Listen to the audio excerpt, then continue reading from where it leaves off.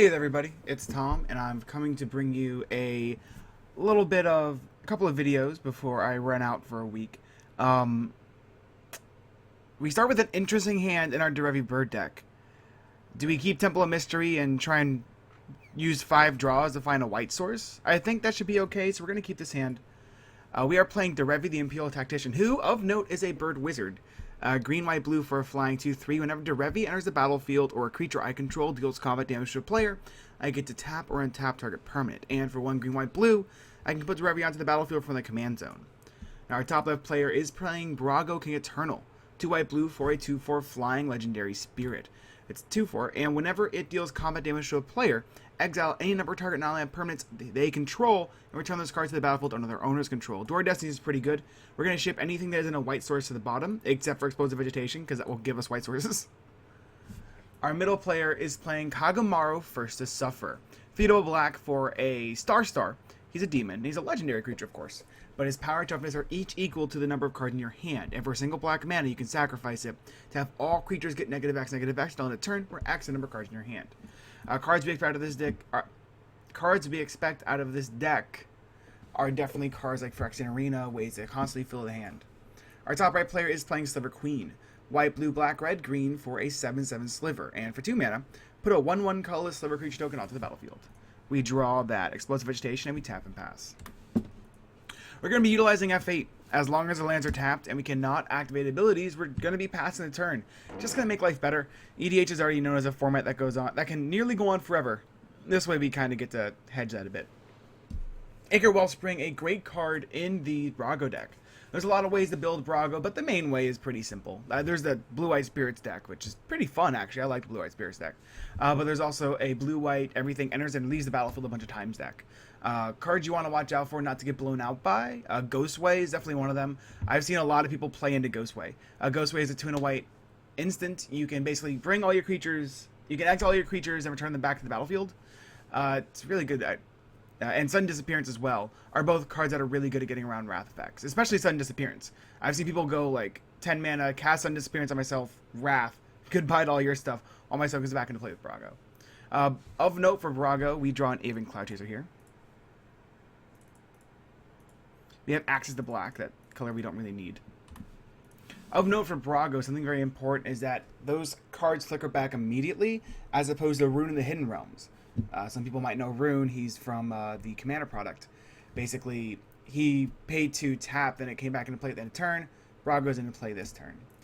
Acre Wellspring did come into play, simple card, but 2 mana, enters the battlefield, or is put into a grave from the battlefield to draw a card. With Brago, you get to start flickering it, and bad things happen. We also have turn 3 Rhystic Study.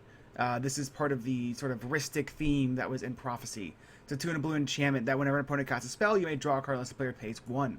There's a couple of cards I really watch out for from Brago, stuff that'll really make you scared.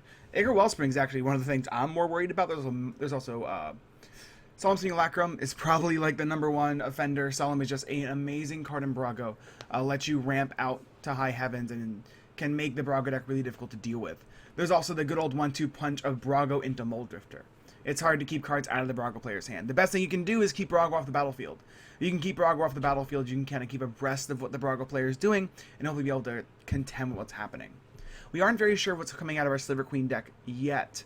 This could just be a random 5-color deck, or it could be Slivers, and it looks like it is Slivers.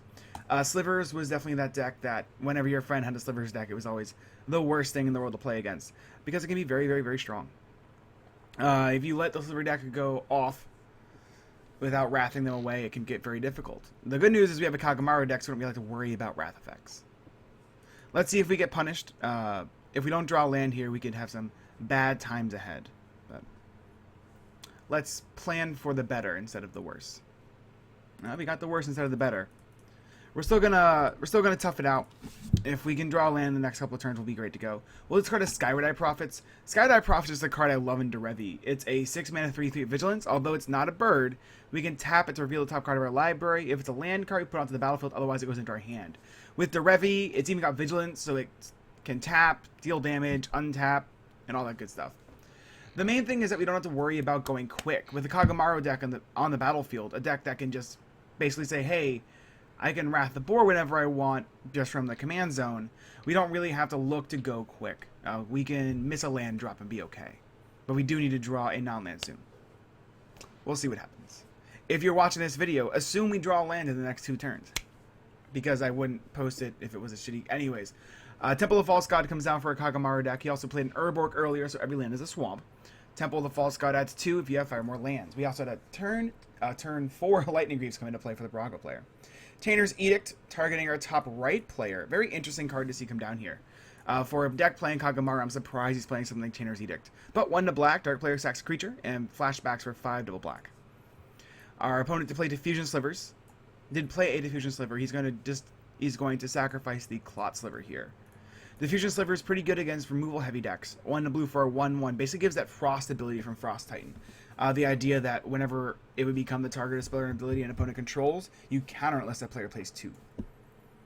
Gonna kind of collapse the Brago player here, and the Kagamaru player, and the Sliver Queen player, just to put a little bit more space on these guys' battlefields.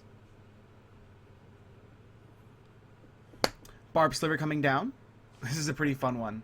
Basically, it gives your opponent's all your Sliver creatures bad fire breathing. It's a Sliver, so we're definitely playing against a Sliver Queen Sliver deck. If he's stuck on 4, we're in a good place. The scariest Slivers from the Sliver deck... Oh, there's a lot of scary Slivers. The Slivers, I would say, are Kill on Sight Slivers, are definitely Gemhide Sliver, and any of the Haste Slivers. If you give the Sliver deck access to Haste, you're gonna have a bad time. In fact, if someone had a board of, like, Necrotic Sliver and Haste Sliver and Heart Sliver, I'm killing Heart Sliver. Alright, we don't draw land here. We're gonna give ourselves 1 more turn to draw land. Well, I mean, we're gonna keep going, obviously. We're in no way, shape, or form close to dying. We'll discard this Aven Cloud Chaser. I don't have much faith for the Cloud Chaser here. We are playing 38 lands. The likelihood of us not drawing another land is pretty low. And I don't really think pushing the Explosive Vegetation was correct either. We had 3 lands in hand. The likelihood of us drawing another land was incredibly high. Especially on 38. So, a little bit of a downside. I don't like getting this far behind on our opponents. Especially since the Brago player is going to be able to swing in and get a hit with his Brago here. Which means he draws an extra card. Or, yeah, he just plays Brago. So once again, quick refresher on Brago. He's a 4 mana 2/4 that whenever he deals combat damage to a player, exiles all his non-land permanents, and they blink back into play. Yeah. We can still easily win this game. We just need to draw a land soon. If we don't get the chance to be able to play this Explosive Vegetation, bad things happen. Interestingly enough, our mono black deck decides to murder the Brago instead of just next turn playing his commander and sacrificing it. He must be trying to do something different with his commander. If I was playing this Kagamaru deck, which obviously I'm not because I'm playing this Derevi deck, I definitely would have just held off. I mean, there's no reason not to just play Kagamaru and just sacrifice him. And leave him actually on the battlefield and wait to sacrifice him even. Right then, it would have given -6/-6 during his next turn if he didn't play a land. So you don't have to worry about Brago. By playing the Murder here, he prevents our Brago player from drawing an extra card from Acre Wellspring, because he did cast the Murder in response to Lightning Greaves, but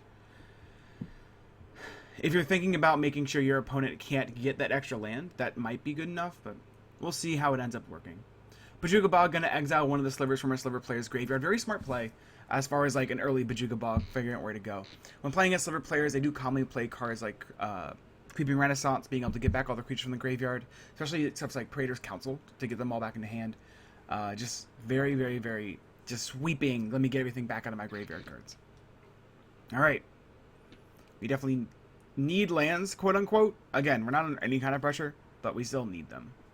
I would like to play the game, not just be a spectator. Terramorphic Expanse I'll have to do, and because of this Urborg, we can tap it for mana, which is exactly what we'll do. Not common do we play our Terramorphic Expanse like this, but when we have Explosive Vegetation, we do. We will not pay 1 for a 6 Eddy because we can't. Alright, perfect. We're going to get a Plains and an Island here. Alright. Hey, guess what? We get to play Magic now.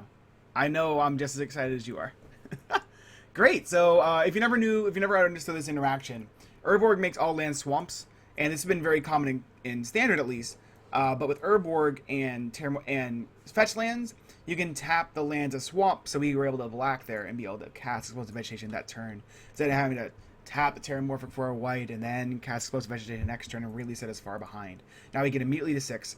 Next turn we can look to play Murderer Crows probably as a big flying 5/5, a 5 mana 4/4, and just sack Terramorphic Expanse for another white mana, and then pass from there. We might even get another blue. This deck is very heavy blue, but I feel like getting the white's better. I like having double white in this deck. This deck has an even amount of double white and double blue. In fact, we have way more green than we will ever need in this deck right now. We have some pretty cool cards coming into play. One is Sage of Epityr. It's a blue mana 1/1 that when it enters the battlefield, you look at the top 4 cards of your library and put them back in the order. And Healer of the Pride, which is a 3 and a white 2/3. Whenever another creature enters the battlefield under your control, you gain 2 life. Very odd sequencing there. Our opponent plays the Sage before the Healer, but live and learn. These aren't the scariest cards from this deck, which is probably the nicest part of what's going on.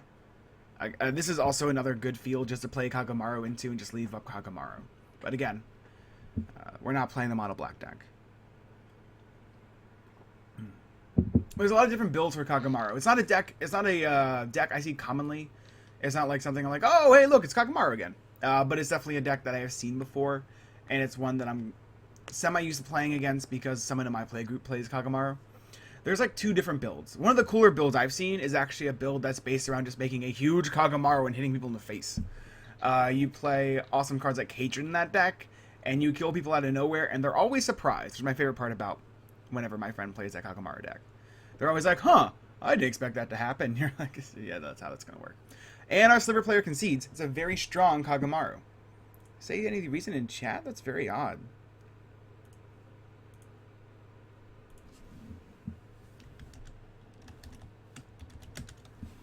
Alright, well, it's our turn. That's going to make this game a bit more difficult. Our Sliver player was the one that was going to put the pressure on our opponents. Now we're kind of stuck in between a Brago and a mono black control deck. The good news is our hand is filled with stuff. So it looks like our Sliver player DC'd. Must have just had family issues. That definitely happens. As someone with a family. I don't know. We're going to grab ourselves a Plains and just pass. We can play our Derevi at instant speed, and we have up a Dissolve. I don't really want to play into the Kagamaru here. There's no reason for us to play our Murder of Crows into Kagamaru. It's just not good for business. So our Derevi is a very unique commander because we can just pay 4 to put him onto the battlefield from the command zone. That's great. On its surface, that's great. Because it gets around counter spells, and when it enters battlefield, we can tap a permanent. So we can kind of play around this Kagamaru, basically. If our opponent wants the Kagamaru in response to the Brago that's not coming down this turn, he can. If not, we're good for a bit. We don't really have to worry about the Kagamaru player. Rule of Law. Each player can't cast more than 1 spell each turn. Is that going to affect us? Oh, we got rid of our Aven Cloud Chaser, so we can't get rid of it. That's disappointing. We have actually, funnily enough, I didn't realize this. There's a bunch of birds that destroy enchantments. Huh. You know, I didn't know about it, but I learned about it recently. And we have another way to destroy it. We have 2 other birds in our deck that destroy enchantments. One's like Cloud Chaser Kestrel, and one is this weird eagle that is the same exact thing. So we're good for a bit. Now, if during our opponent's beginning of combat step, we are going to tap down the Kagamaru, I think. That'll probably be the best way to make this guy pop him, I hope. I also don't want to be hit for 6 anytime soon. Beginning of combat. I would like to put this Derevi into play. Green, green, white, blue. And one of the best parts about Derevi is the fact that he just can so commonly bounce from the command zone. We don't have to worry about commander attacks, basically. I would like to tap Kagamaru versus Suffer. Yes, please. Thank you.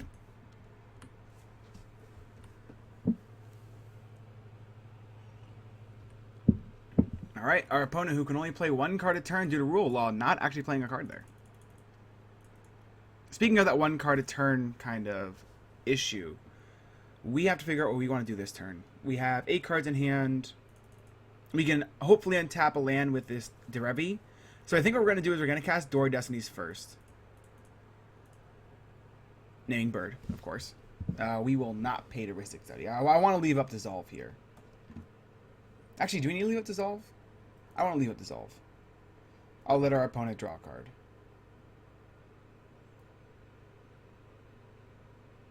Unless if this guy pops Kagamaru, we're paying for Ristic Study.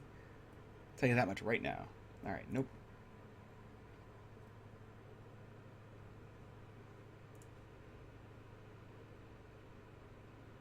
I would like to name Bird. Thank you for asking. So Door of Destiny is a great rare from Morningtide. When it enters the battlefield, choose a creature type. Whenever you cast a spell of the chosen type, put a charge counter onto Door of Destinies. Creature you control the chosen type get those aren't words. Get +1/+1 for each charge counter on Door of Destinies. So we're going to attack our top left player with our Derevi so that he doesn't pop the Kagamaru, so we can get the trigger from our Derevi. We're going to untap our planes here. And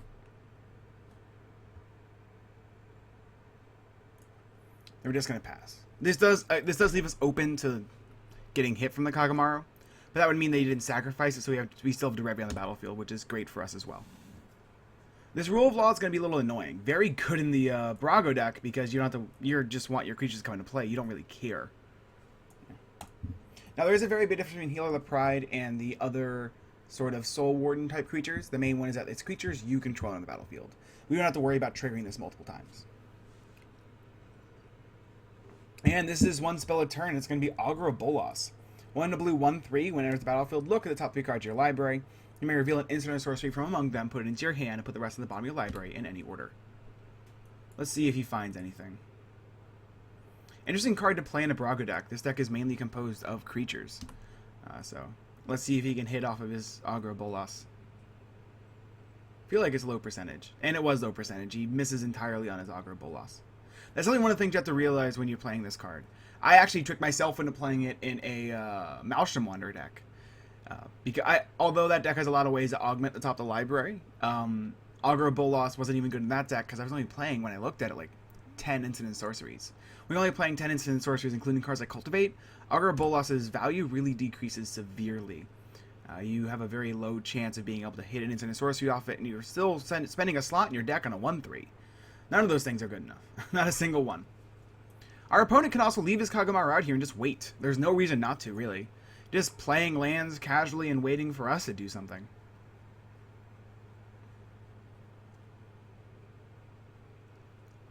And especially if someone's going to take the time to just Augur of Bolas. A lot of really important non-base on the battlefield. I'm going to quickly gloss over them. We have an Academy Ruins, 1 to blue, put target artifact card from your graveyard on top of your library. We have Rogue's Passage, 4 mana tap, target creature can't be blocked this turn. We have Thespian Stage, where you can pick up a copy of another land in play.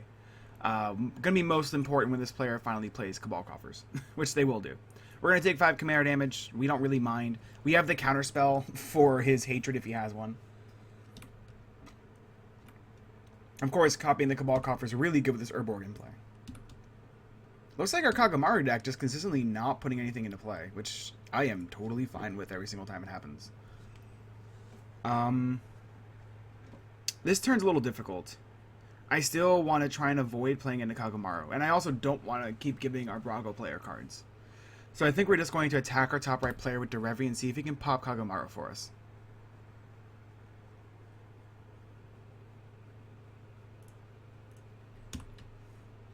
Then we're going to untap our Derevi if it actually gets to deal combat damage here.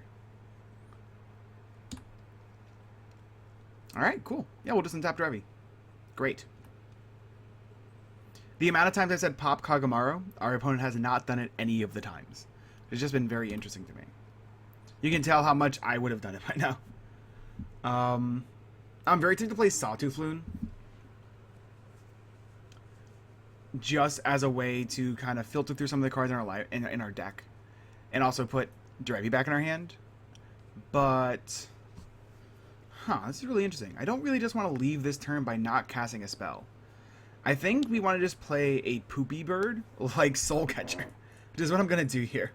Soul Catcher, not worth anything in our deck, basically. I mean, it's a decent card. We're playing it for a reason. Let me put that out there first. We can pay 1 for Ristic Study. We'll trigger Door Destinies, making our birds bigger.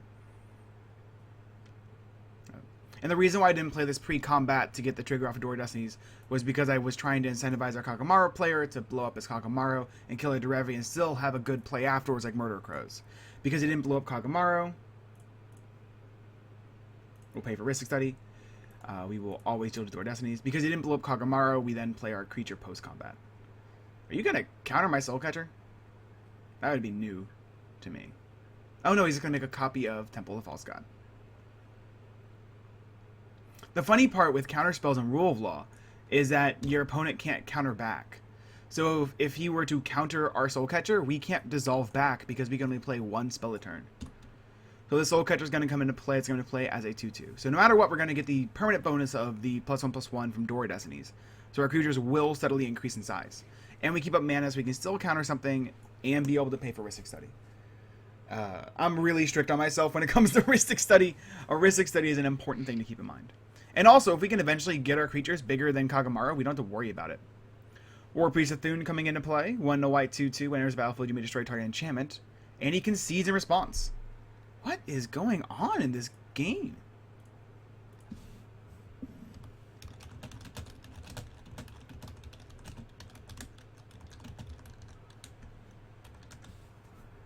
I have no idea what's happening right now. This is the weirdest thing in the world to me.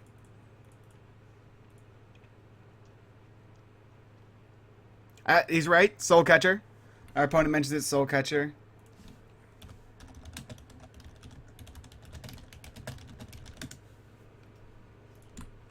So now we're 1-on-1 versus the mono black deck. And he also DC'd. Man, this is weird. This is super weird. And this is not how Magic the Gathering Online usually works. I'm going to be honest right now. Like, usually we get to play real games. This is just incredibly odd. I'm surprised we had 2 people just concede to frickin' Kagamaru of all things. Who cares about this card? I don't care about this card. We're going to beat this guy to a pulp. Engineer Plague. That's adorable. We kind of don't care because of Dora Destinies. So yeah, Engineer Plague can come into play. As long as you have this Dora Destinies, we don't care about Engineer Plague. Again, it's really funny how that works.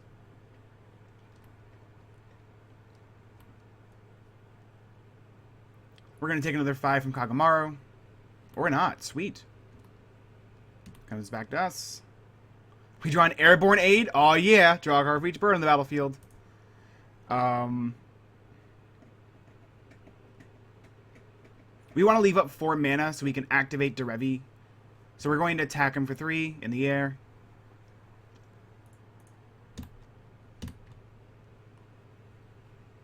He's going to pop Kagamaru. Is my guess.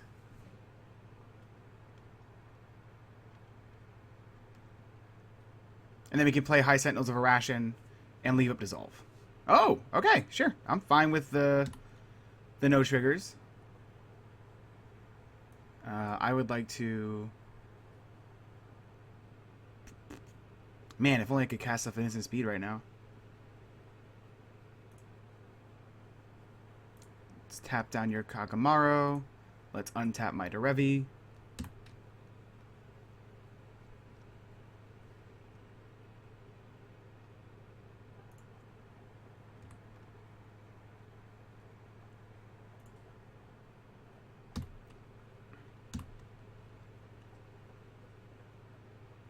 So I want to leave up, I really want to leave up Dissolve. If we can dissolve his Kagamaru in response to him playing Kagamaru, we're just in a better place. So I'm going to leave up Dissolve, kind of send to our opponent's turn. We can block Kagamaru with Derevi. I think we're set up pretty well. And the card we lose to is Cabal Coffers. Alright, this is something for 10. Oh, double black spell. Is this a Sanguinate?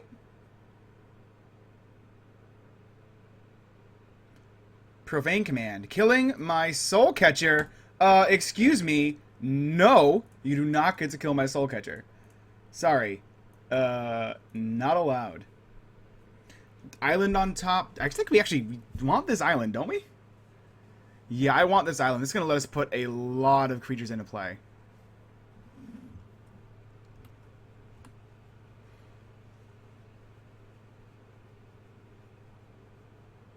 Alright, no attacks from Kagamaru either.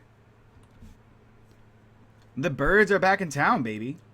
So we're going to go... We're going to play something before attacks, of course. So... 1, 2, 3, 4. That's Skymark Rock.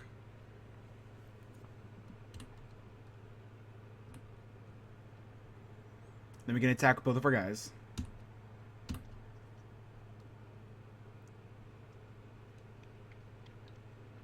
The sad part is we can't play enough creatures to get bigger than Kagamaru at 6.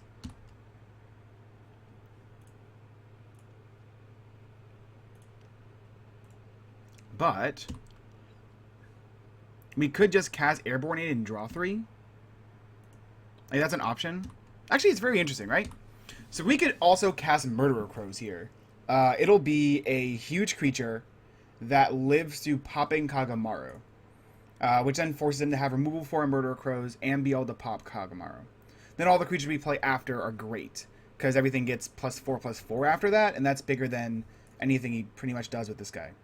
We could also just cast Airborne Aid and draw 3 cards. Like, that's an option. I think that's a pretty good play as well. I'm very tempted to just draw 3 cards with Airborne Aid now. I think that's what I'm going to do. Oh, good, and we even drew an owl. Which, do we play it here? You can just pop this on 5. No, I think we're going to leave the owl in play. It'll be better just to have a 2-drop to play next turn, especially with this Door of Destinies. We draw a Cloud Chaser Eagle. Remember when I was talking about enchantment destroying birds? Cloud Chaser Eagle, enchantment destroying birds. Good old Tempest Common, baby. Flying 2/2s. Oh. What's this one? Oh gosh. Reaver Demon? Hey! Alright, that got my birds. Reaver Demon comes into play. That destroys all non-artifact, non-black creatures. Send our commander to the command zone. Soul Catcher gets his man, gets his 2+1/+1 counters. So it looks like we're playing against a mono-black ramp deck. So the moment this guy gets Cabal Coffers, we lose, basically. So we've been dealt 10 total damage by his commander. I'm going to go Agrial first, so we can scry 3. By the way, this is a 4/4. Actually, it's a 3/3. We're going to be playing this Cloud Chaser Eagle to kill the Engineer Plague. Let's scry 3 here. Let's see what's on top. Cultivate Lieutenant Kurtar. Ho-ho! And a Riptide Lab. There's a lot of bird wizards, by the way. Like, and by a lot, I mean 1. I don't really want this Cultivate. I kind of just want the land and the Lieutenant. So we could play Sawtooth Loon this turn and recast our Agriel. And then we'll have some pretty big creatures. Or we could just play Cloud Chaser Eagle and play Favorable Winds, destroy the Engineer Plague, and have a 4/4, 5/5, a 6/6, and a 7/7 in the air. I think that's also pretty good. So what are we doing here? What would our next turn be? I think we're going bottom. I want to draw land. 1, 2, 3, 4. Cloud Chaser Eagle coming into play.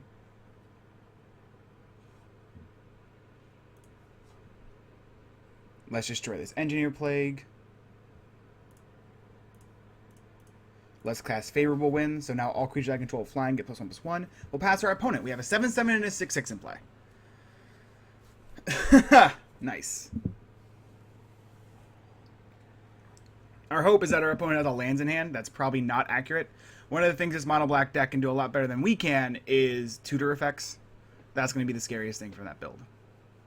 The good news is, as long as Door of Destiny stays in play, our birds are huge. They're only getting bigger. Trade Wind Rider, sadly, only a 2/5 next turn. Yeah, let's see what our opponent does here. Again, the minute they draw Cabal Coffers, this whole entire game goes to poop.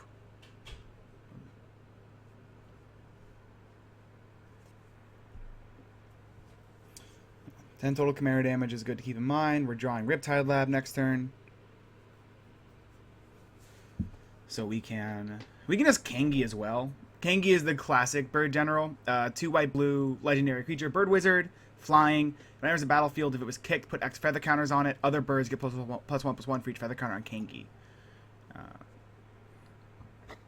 I don't think we're doing Kangi next turn.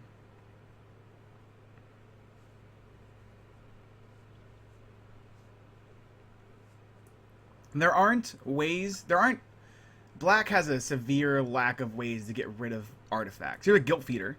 0/4 with Fear. Whenever this attacks and isn't blocked, defending player loses 1 life for each card in their graveyard. And a Morph. Nice. He now has a 4/4 Kagamaru. One of the downsides of the Kagamaru deck is that this guy gets small quick. especially when you're playing cards in your hand. I don't know what this is going to be. I'm guessing Bane of the Living. That's the most common morph I see. We play Riptide Lab. The good news is we can Derevi this Guilt Feeder, so I want to leave up 4 mana. In fact, we probably just want to play Derevi before combat, is my guess. That way we can get some triggers to untap some things. Actually, that doesn't make much sense at all. Nix that. Bad idea. Then we're going to leave this in. So 1, 2, 3, 4. 1, 2, 3, 4, 5. We had 5 mana. I want to cast the biggest of the birds. That one being Murderer Crows. Good old 5 mana 4/4. Whenever another creature dies, I can draw a card and discard a card. And we're going to attack with a 7/7 and 8/8 in the air.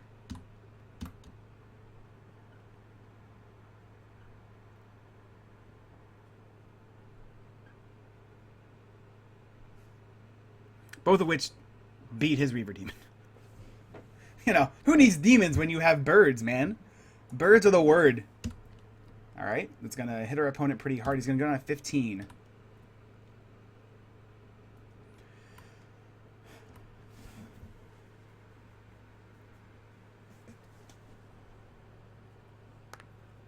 Alright, so pre-combat. Do we? Man, we have to think about this. Guilt Feeder hits us for 1, 2, 3, 4, 5, 6, 7, 8. Hits us for 8. We go to 22 immediately from Guilt Feeder alone. We could tap down the Guilt Feeder with Derevi. That invites us into a bigger Wrath effect. But again, we can always recast our Derevi, and we get to draw a bunch of cards off this Murder Crows. We could also tap down the Morph, but I don't think we're worried about the Morph. We'll just block the Morph with Derevi. Yeah, let's just tap down the Guilt Feeder with Derevi. I don't feel like losing 8 life today. That's not in the playbook.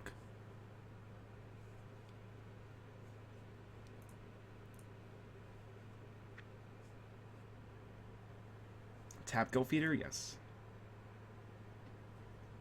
This also means he has no attacks this turn. Or he does. So he has a Wrath effect in hand, which I'm fine with. I will go block your Morph, block your Commander. Gotta always keep abreast of Commander damage. And there's a Morph that can deal half your life. So I just want to make sure that's not what this Morph is. It is Bane of Living. Okay. He didn't pay anything into the X, which is nice. So we got away with something there. I will use Murder Crow's ability to draw a card and discard a card. I will discard the Force we just drew. Our opponent obviously has a Wrath effect in hand. You don't make that attack if you don't have a Wrath in hand, I don't believe. I still like not taking 8 from Guilt Feeder.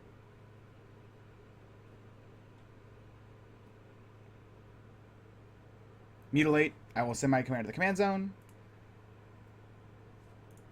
Bunch of triggers off this Murder Crows.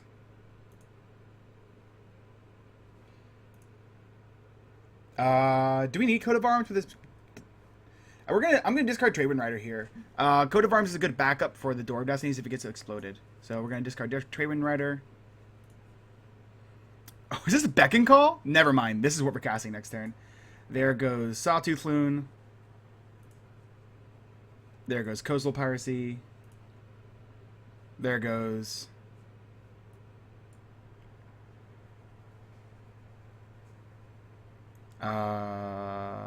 let's get... I don't want to allow our opponent to have access to Arcanius Omnipotent, so we'll get rid of High Sentinels. We draw Prophet Crucifix? Okay. Things that aren't fair for 100. 1, 2, 3, 4, 5, 6, 7, 8, 9. This costs 8 to do. We could just play Prophet and just laugh at our opponent for the rest of the game. Let's do that instead. Also, it's a wizard, so we can bounce it with Riptide Laboratory if we want. Prophet, of note, not a bird. We didn't leave up a white mana, which is bad. We should have left up a white so we could have cast Derevi.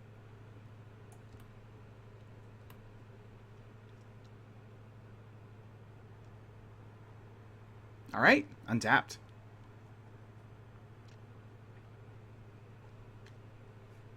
Now we can flash in Arcanius Omnipotent. Oof. Prophet is not fun. Not fair. Fun for me, not fair for my opponent. It is 15 to 24. So anything could happen here. If our opponent can just string together a bunch of really good spells, we can definitely lose this game. Here's Kagamaru coming into play.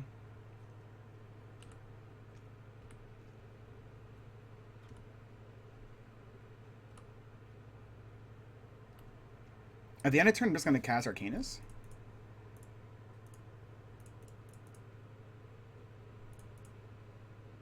Wait, I can put Derevi and Arcanus into play, I think. Alright, blue. 1, 2, 3. Untap. Untap the island. Yeah, I can do both. So we'll put Derevi into play at instant speed. We'll untap the island.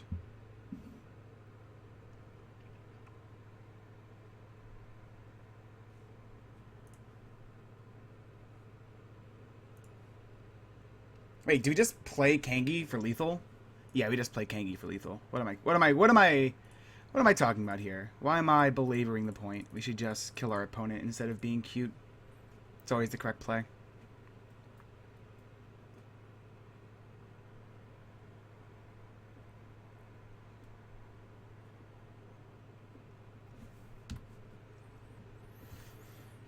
Alright, we've got a 9-9 and a 9-10 in play. Let's see how this ends up. I mean, it's a good thing that Brago player and that other player conceded so early. They wouldn't have to die to the birds. Or I guess he could get -3 and not die here. That's correct. We don't have a bird to flash in response. I think we are going to return profit to our hand here.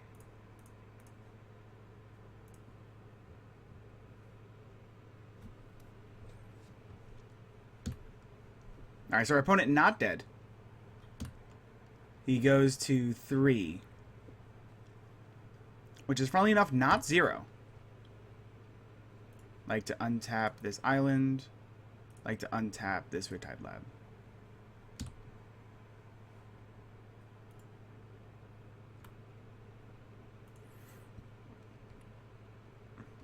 Main phase 2. We could just beckon call. And just draw 4 cards and not care about what our opponent does for the rest of the game. That's a definite option. I think I'd just rather play Profit again. This card is making it so that our opponent can't play the game, which is probably one of the best ways to make sure we win. Also, this is the Power Riptide Lab. Good old Odyssey rares.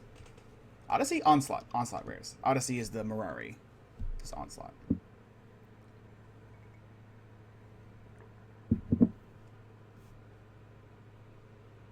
That might just be the game. Do you remember when we were sitting at 3 lands and we're praying for a land from explosive vegetation? I do. Again, I can't wait to get blown out, though, right when we say we're going to win. That's going to be fun. Corrupt! Alright, that's a lot of damage. We're at 12. If he has another Corrupt effect, we lose. No way. Are we dead here? That would be hilarious. Don't do it to me.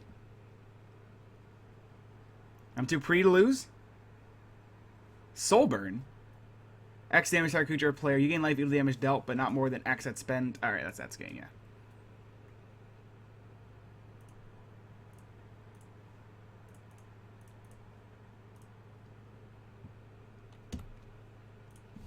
Give our opponent the GG.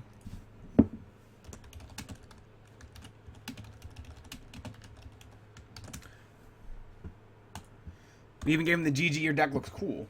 Which is better than the regular GG. We draw a Hinder, so we don't have to worry about Pact of Slaughter Pact. And we'll get the game. Man, it's a really good thing that Sliver player and that Brago player conceded.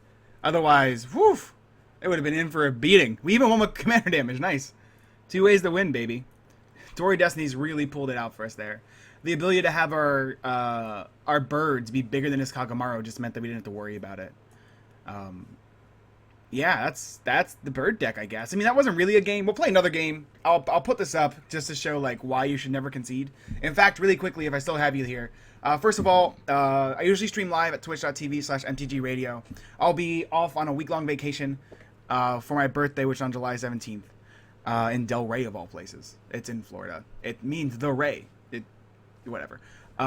Florida, the Sunshine State plus the state with the most lightning strikes.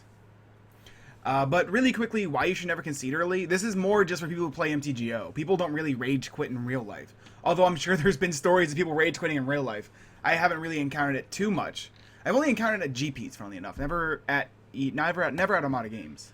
But when it comes to MTGO or hell, any game of Magic, one of the things I've learned one of the things that took me a while to learn. I was gonna say really early, but that was gonna be a while. That was going to be a lie. One of the things that took me a while to learn was the fact that you should just never concede. You'll see this, especially when we stream. Sometimes I'll stay in a game that looks like we've lost a long time ago. Part of that is because I don't like conceding from games with viewers unless we've definitely lost. I'd rather just let them deal less damage. That's just not cool. But the other reason is that when you're playing Commander, especially a 4-player format, just because you feel you can't deal with a single person doesn't mean the other 2 people can't deal with that player. So a good example is our mono-black player couldn't deal with our Door of Destinies, but our white-blue player easily could have, or our Sliver player playing Harmonic Sliver could have. If either of those players stayed in the game, it's very possible our mono-black player would have won. At the same time, our mono-black player was very concerned. Both our Sliver player and our Brago player were concerned because our Brago player was like, I can't beat Kagamaru because he's a Wrath Effect whenever he wants. And the Sliver player was like, well, I can't beat Kagamaru either because it's also Wrath Effect every single turn. But that thinking is flawed. When you think only in your view when looking at a multiplayer game, you're missing the other 3 players in the game. Don't get me wrong, someone can definitely arch enemy out a board. I know I've done that before with a deck that's very strong. And I've definitely lost to people who have just arch enemied the game. They've gone turn 1 Soul Ring into like Mind Stone, into turn 3 Thran Dynamo, into like anything. Like I've played those games and they're not that fun, but they end quickly and you can play another afterwards. Remember, there's nothing really on EDH games, which is nice. They're casual games. The main thing is just don't concede early. It's one of the biggest flaws I have when playing Limited as well. There are a lot of times where I would be like, oh, he's going to attack for lethal next turn. I'm just going to concede. No worries. Your opponent might not see lethal. Especially in Limited, actually. There's been multiple times where I've won games because my opponent just didn't know how he was able to get lethal. Or times where my opponent just made the wrong attack, or they might have misclicked or something. Then you get to win that game later. Or you might be playing a game of Commander and you're like, there's nothing I can draw in this situation. You have 99 cards in your library. There's probably something you can draw in this situation to get out of it. If the game is incredibly unfun and there's no way for you to continue having fun while playing the game, sure. Concede, explain that your deck can't battle this current way and you just can't play. I'm not telling you should play games where you're stuck at 2 lands, or you should play out games where your opponent Armageddons. That's the opposite of what I'm saying. What I am saying is that when your opponent archenemies the board, that's when you can use politics to win the game. Being able to ally your allies against that player is a very easy way to be able to conquer matches that seem unbeatable, that seem unconquerable. And it's definitely the best way to go when playing against your opponents. Now, as far as how this deck works, you may have noticed that it's kind of split between being a bird deck and just being a Derevi deck. There's a lot of different builds of Derevi. One of the more common and most hated version of Derevi is Derevi Stacks, which plays cards like Stasis and plays cards like Winter Orb, because you can untap your lands with Derevi, but they can't untap their lands. It's one of the most infuriating decks to play against in your entire life, just trust me. Especially against stuff like Winter Orb or Stasis, because Derevi can also just keep plinking down your opponent's things that untap their lands. They're like, oh, I play my 1 land that turn. The Derevi's like, I'm going to tap that, and now it doesn't untap during your untap step. It's hilariously mean. This is not that deck. This is a Bant Bird deck. There's a lot of really strong cards in this deck. One of the strongest cards we actually got in play that turn was just Door of Destinies. Door of Destinies is the hallmark of all of the random tribal decks. Whether it be Centaurs, or it be Barbarians, or it be Dwarves, Door of Destinies is the card that lets that deck get power.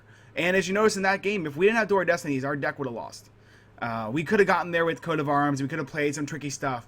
But because we had the Door of Destinies, our creatures were just bigger than our opponents. Because we were playing against a mono-black player who didn't have the assistance of the other people who quit early, he wasn't able to get rid of that Door of Destinies. Outside of something like Spine of Ishsaw or an O-Stone, he wasn't going to get rid of this Door of Destinies at all. Overall, the game was pretty fun. I was very disappointed that our other 2 players conceded. That could have been a really cool game. We had one person, which would have been Sliver Aggro, which if he just kept his cards in hand, would have easily be able to almost overwhelm that game when Kagamaru had to get popped. We had the Brago player who was just playing Brago, and although he was like, oh, I can never play Brago, he didn't realize that when he casts Brago, his opponent has to play Kagamaru. And it's very easy for his opponents to get hit while playing Kagamaru because we can hit them in the meantime. Just little things like that are easy to miss when you're too focused on how the current board affects you as opposed to how the entire board should react to a situation. There were some times in that game where I thought the Kagamaru player should have popped his Kagamaru. I mentioned it a couple of times, probably more than you wanted, but I definitely mentioned it a couple of times. Whenever you're playing a Kagamaru deck or a deck like that, one of the main things that I like preaching when it comes to Commander is to use your Commander as a resource. It is the thing you get to play the most. Now in MTGO, as of right now on July 10th, they do not have the new tuck rule in effect. So if your Commander gets tucked, it's gone. Boo! It's still gone. But in real life, you can just play your Commander again. One of the things that I feel I get a little bit of advantage on when it comes to other players is just being able to play my Commander a bunch of times. One of the reasons why Thraximundar is such a great deck and my favorite Grixis control deck is because I can play Thraximundar and then he dies, but I kill something. Then I just get to play Thraximundar the next turn, and eventually the opponent's like, oh, I can't win anymore. And I'm like, yep, no, you can't. Because although I keep playing Thraximundar, I still draw a card every single turn, and I don't take those resources that I draw from my deck. I'm just using my Commander instead. So I guess as we close out this game, I'm going to put the deck list below. It's a pretty fun deck. I think it's pretty competitive. We can definitely win games without Door of Destiny. Stuff like Coat of Arms gets us there. There's a lot of ways, like Gravitational Shift is one of my favorite cards in this deck. Random Rise of Eldrazi enchantment that didn't even feel like it should have been in Rise of Eldrazi. Just creatures flying at +2/+7, creatures without flying at -2, -0. There's a lot of ways for this deck to win. It's not just a simple like, oh, it's just stupid birds, they're all 1/1s and 1/2s. No, this deck can kill you. Be scared. I'm going to put the deck list in the notes, and then just to take away, don't concede early. It's never correct. Unless your opponent Armageddon's and you're like, I can't play the game anymore, concede. But don't concede early. It's pretty much never correct. No matter if you think someone's strategy is unbeatable, there's two other players on that table that can help you beat that strategy. Again, if either our white-blue player or our sliver player stayed into that game, they could have easily dealt with our Door of Destinies, and that game is totally different. So just keep that in mind. And number two, have fun when you play Commander. I think our other opponents might take the game a little bit too seriously. Hell, we cast Augury Owl this game, so you can tell how seriously we were taking that game. Although I like winning games and I do play Commander to win, I don't know, I think I had a little bit more fun than our opponents, and that's always a great thing to have. So I hope you have a good rest of your day, good rest of your night. I am going to post this video, although like 2 people quit, I'm still going to post it. We're going to play another game with this deck. Hopefully it'll be a full 4-player game, and you can check out how this deck works in an actual multiplayer situation. Because Derevi does really excel when it comes to being a one-on-one situation, because you can just tap down your opponent's stuff.